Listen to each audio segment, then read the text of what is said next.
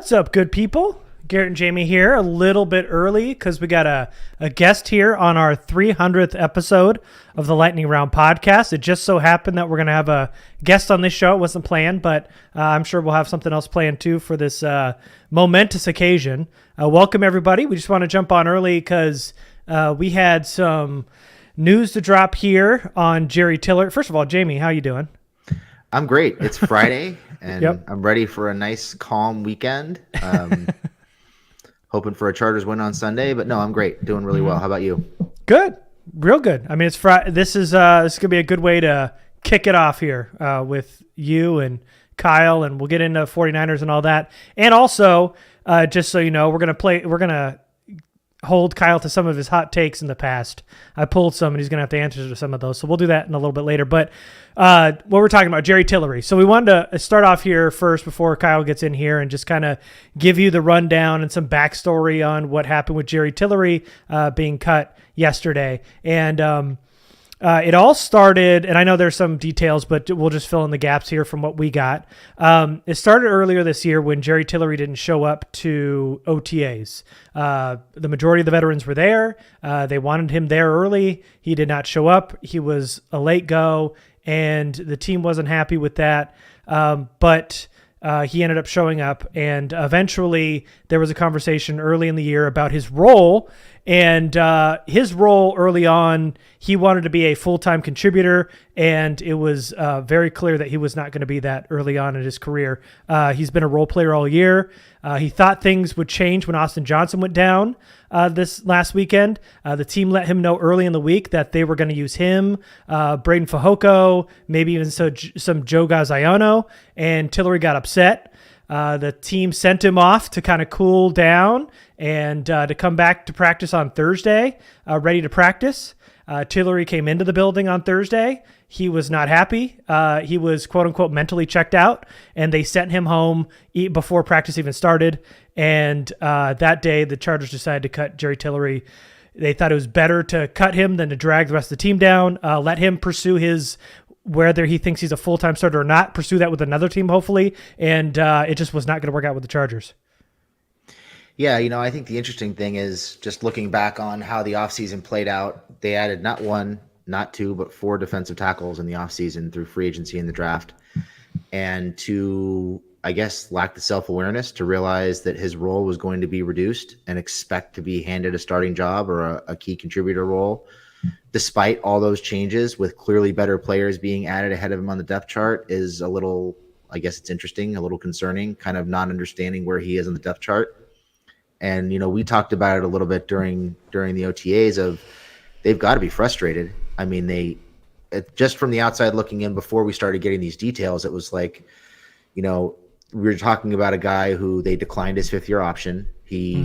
All the veterans, Bosa, Mack, everybody were all there for OTAs. He was not. Mm-hmm. And from the outside looking in, it was, wow, he's pissed. He's pissed that they didn't pick up his option. He's pissed that, he's doing the math and he realizes he's not going to be a starter. And, your contact expressed some frustration with that. Not directly, but kind of hinted at it in certain ways. And with an eye roll emoji. Yep. Yeah. With an eye roll emoji. Pretty direct. Yeah. And then I think what confused all of us was we were expecting a smaller role for him, and they still kind of treated him like a starter in the preseason. And that had to confuse him a little bit too. He didn't play a whole lot in the preseason. And last year it was because they were giving him and Bosa and some other guys rest because they wanted to keep them healthy, because they felt like they were key guys. They did it with Justin Jones last year too. And the assumption was, well, shit, he's not playing. They must see him as a key contributor. And then the season starts and he clearly is not. Yeah. He went from playing like 90% of the snaps last year to playing 50-ish% of the snaps this year in a rotational role. And it just seems like it's been bubbling over for a while. And again, back to the self-awareness, he and Austin Johnson are completely different players. So how does he expect to be handed Austin Johnson's role when Johnson is there to be a run stuffer and Tillery is, I mean, let's just face it, he is the worst run stuffing defensive lineman in the NFL and has been since he got here. Mm-hmm. So how do you expect to take that role when that clearly is not what you do? I get it. it, contract season. He wants to be on the field. He wants major snaps, but it just none of it makes sense from his perspective, how he's looking at things other than just, I want and I'm entitled and you should give it to me. None of it really makes sense. Yeah. So, speaking of worst, we have our guest here who just jumped in here. Which is a perfect segue. He was our former colleague at Bolts from the Blue, now with Niners Nation. He is a ranch dressing enthusiast, a Russell Westbrook denier, a Anna Kendrick's biggest fan, but most importantly is our friend Kyle Posey. Welcome to the show, man. None of those things are true. not one single thing that you said was accurate. Exactly. So I see nothing has changed. It's all lies right up front. I'm good, gentlemen. What's going on, man? What's new?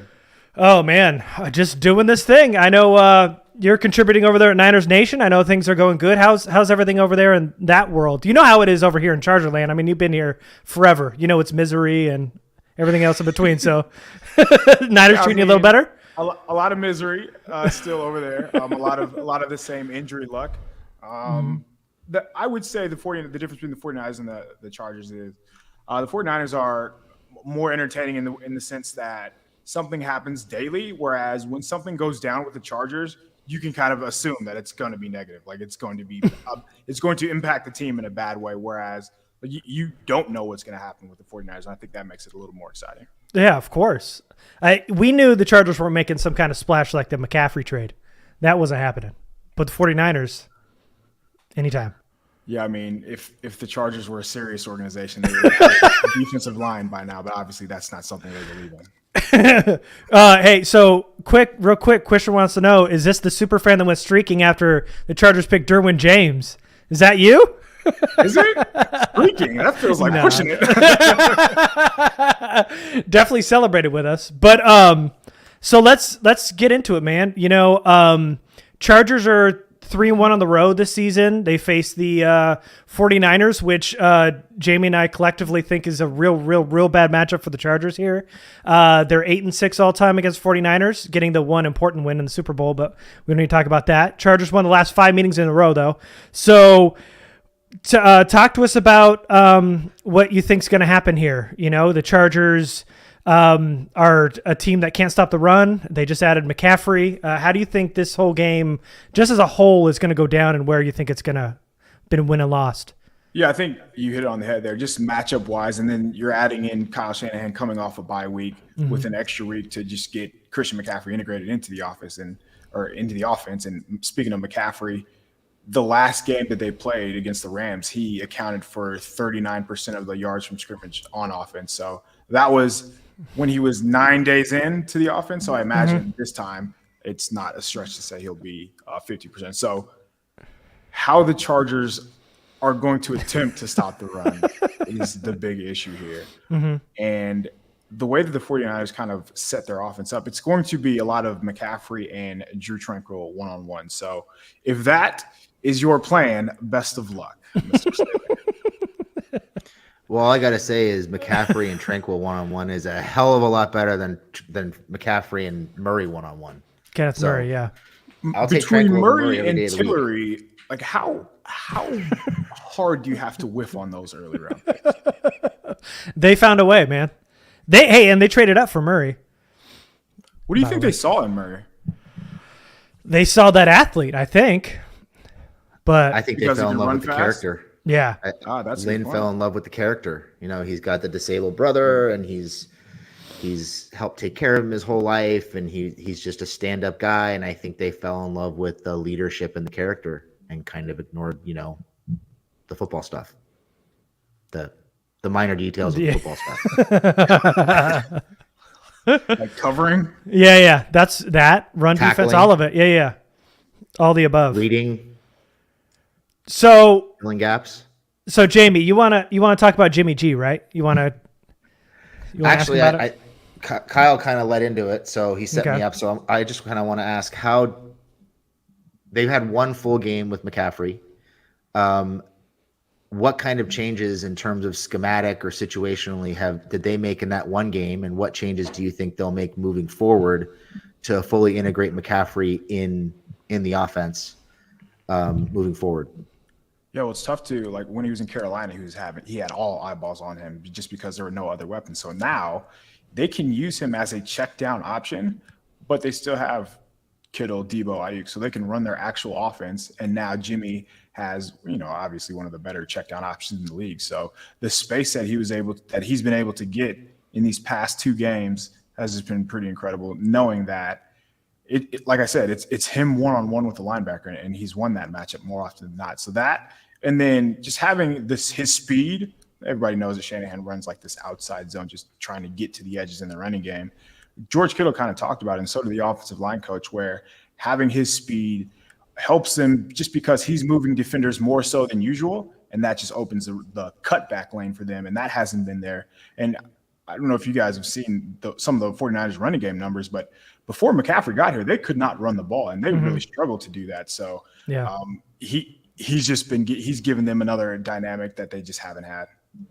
Yeah, Chargers giving up 145 yards per game, and they get McCaffrey with an extra week, and they lost Austin Johnson and Jerry Tillery to an extent. So, yeah, McCaffrey through the air, on the ground, I'm sure they're going to be showcasing him after this bye week. Yeah, I mean, Kyle, you mentioned this. Oh, go ahead. No, I was just saying he's talking Shanahan. He was just trying to talk about how you're going to balance him and Debo. So I imagine we're going to see a lot of those two in the backfield, which we haven't yet. Mm-hmm. Yeah. Yeah, you mentioned the space that McCaffrey was able to get, and I watched the Niners' last 3 games. It seems like everybody's getting space. Somehow they're managing to get Kittle wide open up the seam whenever they want it. Looks like people are forgetting to cover him. Ayuk's open all over the field. Debo's open out of all seemingly every position on the field. They're just creating space really well. They're doing a good job with numbers and formations and creating that space. What are some of the things that they do from your perspective to create that space for their star players? When you ask me the difference between the 49ers and the Chargers, it essentially comes down to Kyle Shanahan and Joe Lombardi. And that isn't the most stark difference in just a play caller in general. So yeah, they motion almost as much as any team in the league. The only team that motions more are the other Shanahan offenses. So you have to worry about all that pre-snap motion, all that eye candy. So you have to worry about something at the line of scrimmage. And I think he does a really good job, unlike Lombardi, of using the entire field, of having a receiver at every level. And you mentioned, so now you have Ayuk at this level, you have Kittle at this level, and you're going to have Debo now at this level. So you have something at all 3 levels with an aspect of McCaffrey to sprinkle in.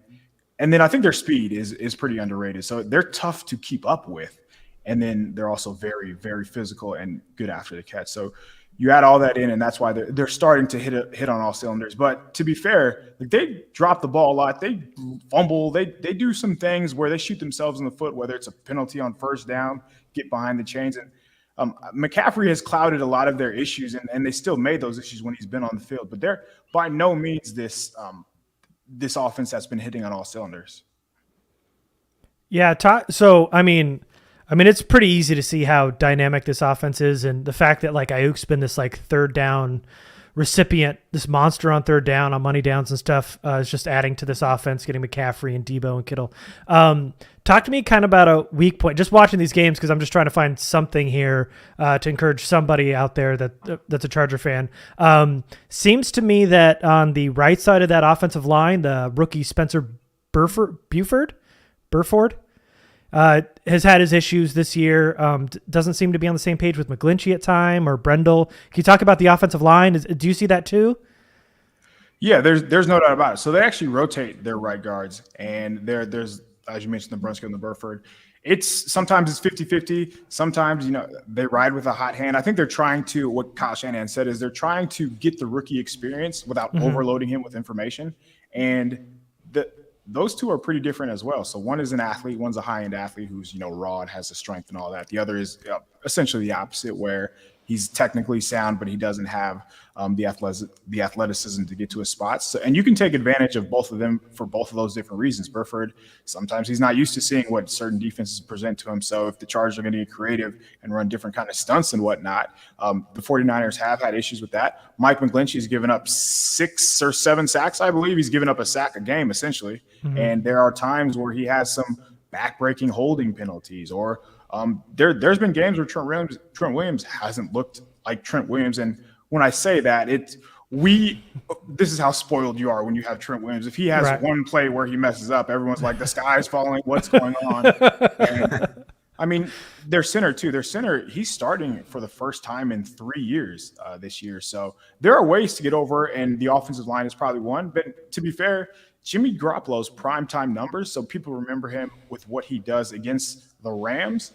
He struggles under the lights against essentially everybody else. I think since 2020, they're 0-7 against in primetime against anybody not named the Rams, and he's thrown an interception in each one of those games. So if that's what you're going to, cross your fingers on, you're hoping that Jimmy G just turns the ball over, but he has a propensity to do that. Yeah. What do you think? What do you think Shanahan is doing to help Jimmy G? I know obviously they have the weapons, but how are they getting the most out of him? Do you think there's room for improvement with him? Is he just basically there to, be a game manager? I think everybody's hanging their hat on Jimmy G sucks. And so I think we need a better understanding of who he is and how he's been successful. No, that's a fair question. I think they've gotten every ounce of talent they've possibly could have out of him. You ask what they're doing for him, as you mentioned, McCaffrey, Debo, like he has the best supporting cast, or if not one of the best supporting casts in the NFL. It's tough to make a mistake in this offense. Shanahan window dresses everything. He makes his reads very defined, and still everybody knows there's going to be 2 or 3 times a game where you have to hold your breath when Jimmy G drops back. So that, I think, is, again, you're asking like what he's doing to make his life easier. Just surround him with a bunch of good players and the best left tackle in the NFL. And sometimes still that's not enough. Like I mentioned, the multiple turnovers, and like there's times where he's going to throw it to you and you just have to catch it or not. And that happens a couple of times a game, if not once a half. Yeah. So just switching over to defense, Nick Bosa, he's second in league in sacks, or tied, I think, with 8.5. He's going to be going against Trey Pipkins is questionable, so it's going to be either Storm Norton or Foster Sorrell. This is a real nightmare for us to watch and for Charger fans, because Bosa's looked good, and he's going to get what seems to be their third string tackle at this point. Yeah, so everybody's only going to talk about how the Chargers give up this amount of rushing yards on defense. And the 49ers have these many weapons on offense, but their defense is the best part of this team. Yeah. And because they gave up a bunch of points and yards to Patrick Mahomes, now they suck. Newsflash, as you guys know, that happens to everybody. Yeah. Their defense is really good. Their defense is dominant. Their defensive line is the reason why. And they're going to be banged up, though, this week. So they're not going to have Samson Ebukam. He's been doubtful. He actually – they have a lot of Chargers-like injuries. He suffered an injury, a quad injury, in a walkthrough practice this past Monday. And now as I mentioned, he's listed as doubtful. I don't think he's going to play. But the difference is, like, their backup is their second-round rookie, Drake Jackson. So they have the depth behind him. They have a guy named Charles Omenihu that they got over from the Texans. He's been really freaking good, like surprisingly good, where I'd imagine he'd start on just about any other team. So they have the depth. And again, their speed on offense is just as dynamic on the other side of the ball. So they can get sideline to sideline and erase a lot of grass. But this is where the lack of wide receivers comes in to hurt, just because, like, if there's a way to get over on this defense, is to have a guy who could win one-on-one and down the field. And as you guys know, injuries, that's just not the case with the Chargers right now. Yeah, it seems to me, obviously their front seven is really good. It seems like their secondary struggles a little bit one-on-one, like you mentioned. Do you think there's an opportunity for the Chargers to make some plays kind of at that second level behind the linebackers, maybe in the hole between the corners and the safeties? 100%. So Seattle did a good job of this, and I'm surprised more teams haven't attacked this area where it's just that seam area. Maybe it's 10 to 12 yards down the field, that intermediate area.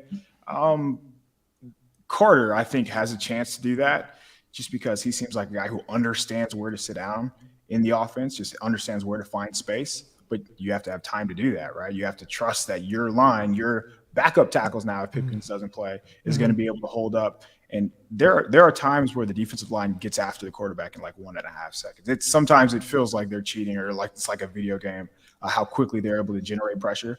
On third downs, D'Amico Ryans is going to blitz you. Like, that's one thing that he's very consistent about. So if you have a game plan to get around their blitz, replace their blitz, and there is a quarterback under center for the Chargers who knows how to beat those things. But again, I think it's going to be about his weapons being able to come through for him. And every time that I watch, it seems like there's a ball hitting off of Everett's face mask, or just some type of mistake where they make a lot of the same mental and physical mistakes, I feel like, as a Chargers or as the 49ers do. Would you guys agree?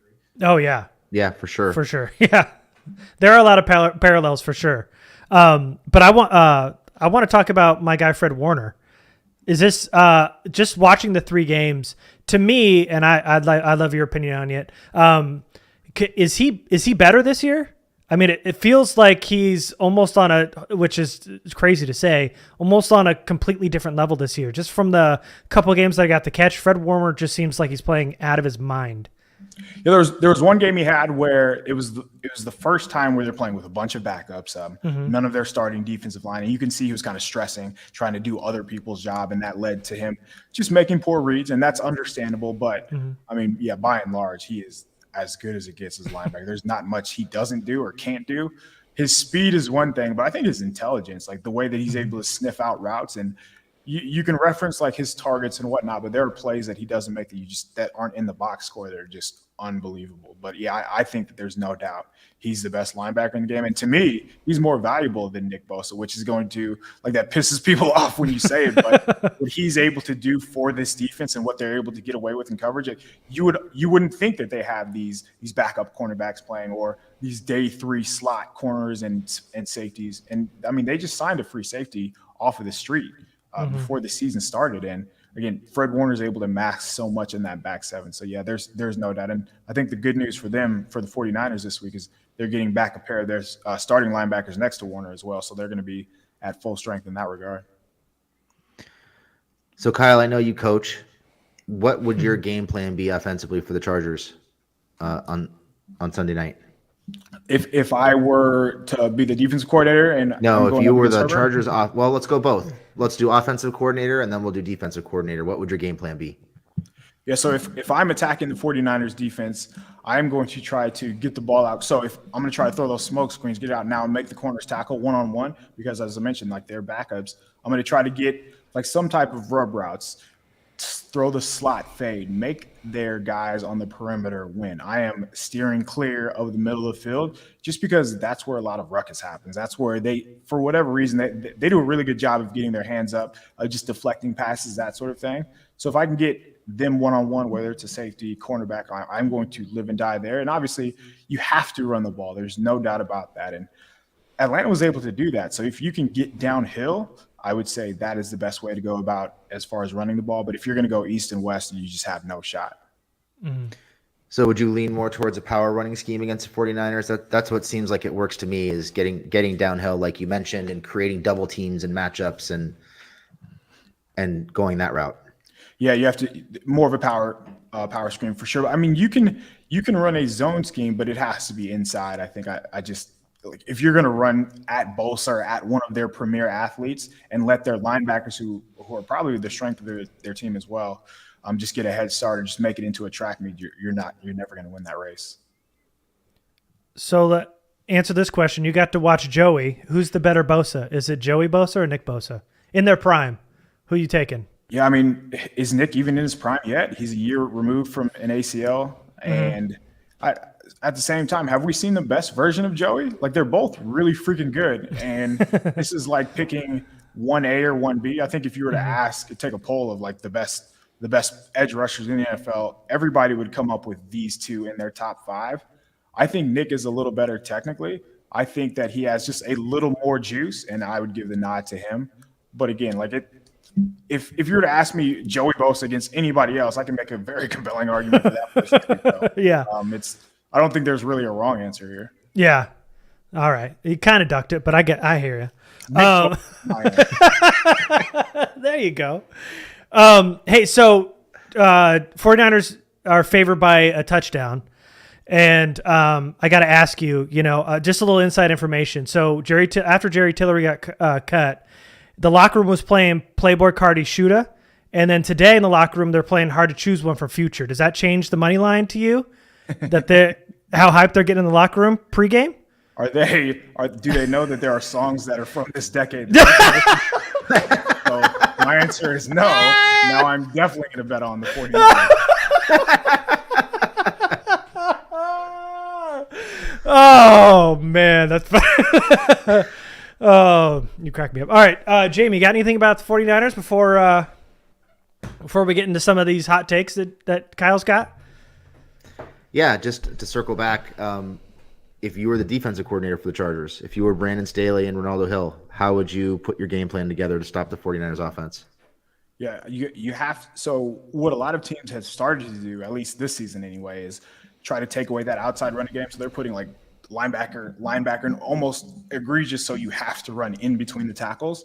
But now they have McCaffrey, who is a very good inside runner despite his size. So I would continue to load the box, make Jimmy beat me outside the numbers. I know everybody says that it's the same thing over and over, but also I would just come after him. I would make him so nervous, make him move his feet, because whenever the play goes longer than 2 seconds, whenever he has to move off his first read, like, it's a problem. I imagine there are people that have stats out there, but if you are making him move off of like Kittle, Ayuk, and make him go to, now he has to go here. There are highlight plays where he does that, but by and large, like, that's where he struggles. Attack the offensive line, make Jimmy beat you outside the numbers is how to beat the 49ers. Do you think Jimmy is more affected by edge pressure or interior pressure? Because it seemed to me like edge pressure, and especially off the left side, is a real problem for him. Yeah, that's weird, because for any other quarterback, that's not the case. Like, it's always right in their face. But as I said, like, if you get him to move his feet off the edge, like, he doesn't really feel that edge pressure as well. And so if you're coming right down the middle, he's able to see that. And he actually does throw the ball very well when he doesn't have to step into his throws.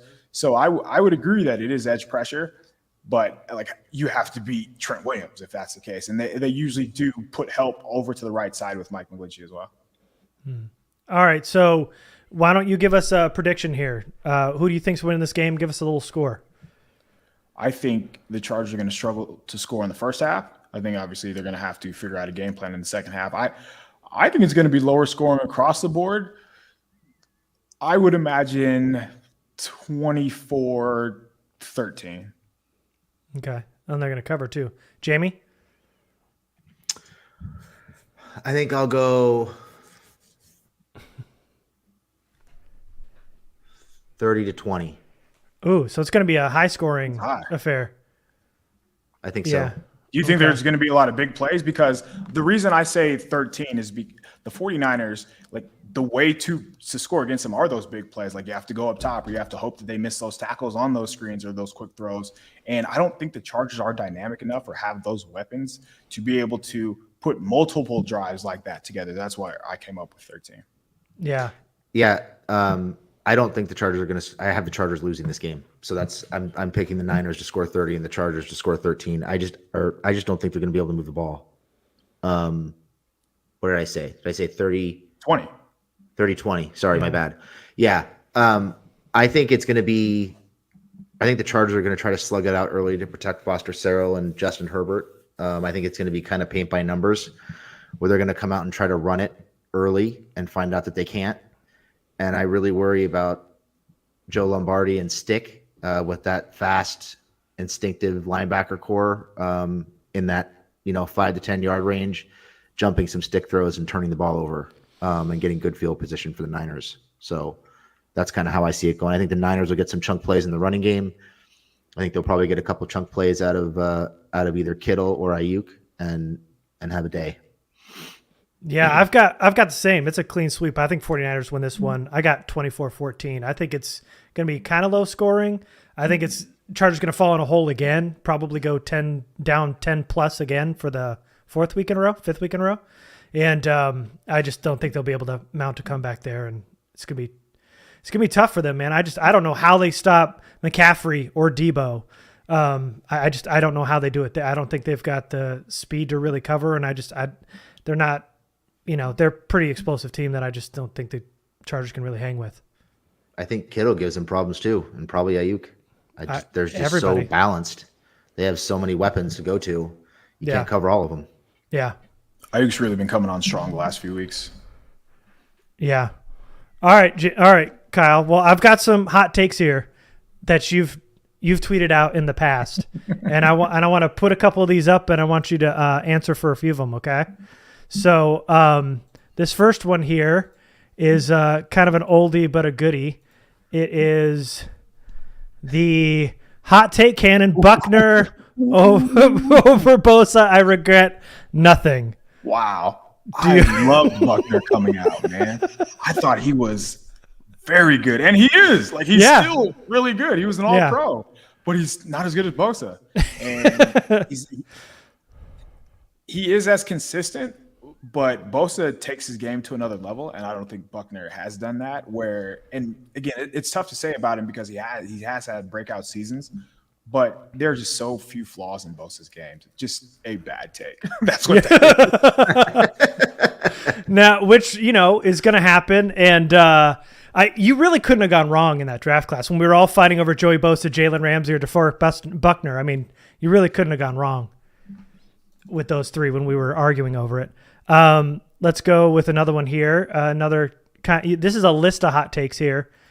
Rashad Penny will be the rookie rushing leader next year. This was tweeted out in 2018. I had that day. Corey Robertson is better than DJ Moore, Christian Kirk, and Calvin Ridley.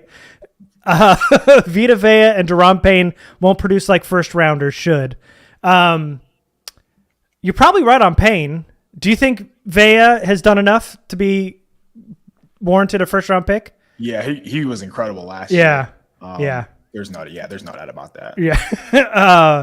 Dante Jackson's better than Jair Alexander, and I don't know. That would be Joshua Jackson, right? And Joshua Jackson. Yeah. Okay, that makes sense. Yeah. The second league. Yeah, you're right there. On the other one, way wrong. Let's see. Here's one that I know Charger fans will enjoy. This is here comes a Herbert take. No, where the Darwin takes at? This is the Anthony Lynn clone. Anthony Lynn. He's like McVay if Sean McVay won a playoff game and was tall enough to ride all the rides at Disneyland. What an amazing take. So, here's how I'm going to talk you through how I'm going to be right in this. Yeah. Okay. Yeah. McVay's going to retire after this year, after the Rams don't make the playoffs. Lynn is going to take over the 49ers after Shanahan retires. Lynn is going to win 2 Super Bowls with the 49ers. And then Lynn will outproduce McVay, and I will retweet this. He's just not ready to let it go, is he? No. There's probably it's okay. Say it. Repeat after me. I was wrong. There's probably zero chance Lynn gets another head coaching job. There's no. Yeah. All right. So non-football here. I just want to see if your opinion still is the same as it was when you tweeted this out. Are you still going Kelly over Beyonce? Yes, 100%. Still. 2013, you went back. Jeez. Yeah, but you were using tweet logics back then. How much time do you have on your hands? Hey, man, this is Thank you. This is kids, this is our buddy. This is Kyle. I had to show out. All right, last one here. Do you still agree? And this is probably the most hot take. Finding Dory over Finding Nemo? You still there? I'm trying to see what time this was tweeted. 7:26 p.m. Yeah, that's not accurate. No. All right. I gotta say, I was expecting a Herbert take in there somewhere. I thought you'd hit him with a Herbert take. There was a lot of takes that I let you get away with, Kyle. So a lot of draft on takes. Herbert, I wouldn't disagree with what I thought coming out. And I would just say that everything he's done so far, I would have never guessed. I would have never expected. It was obvious that he was crazy talented, that he had this crazy arm talent. I don't think he was able to put the ball where he is now back then coming out in Oregon. And just obviously his command of the game, his understanding is far and beyond what I would have ever expected. I honestly think he's the best quarterback in the NFL outside of Mahomes. So, yeah, just thinking back to what I saw coming out of Oregon and what he's doing now, what he's doing now without weapons is really incredible. So when I'm reluctant to say that the 49ers will cover, he is the only reason why. Mm-hmm. Yeah, I think just that whole analysis, I think, didn't make any sense, and it's stupid that he's this good. Same with Josh Allen. Like, he shouldn't have been any good either, but they both are anomalies, and they just are players. They made it. And freaks. So, yeah. And so I think anybody that's like claiming like, oh, I knew Josh Allen and Herbert were good, they were just guessing. I'm sure you did. I'm sure they did. I mean, that was not based on tape. I don't think you could look at Josh Allen's college tape and Justin Herbert's tape and be like, these guys are going to be like top 5 in the NFL someday.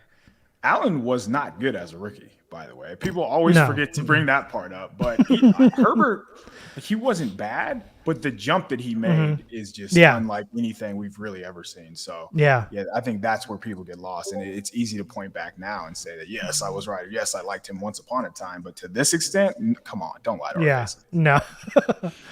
No. Well, so this is actually our 300th episode, and it just so happened that you're here. So, Kyle, I couldn't have thought of a better way to do it, being with us here. You were here from the beginning.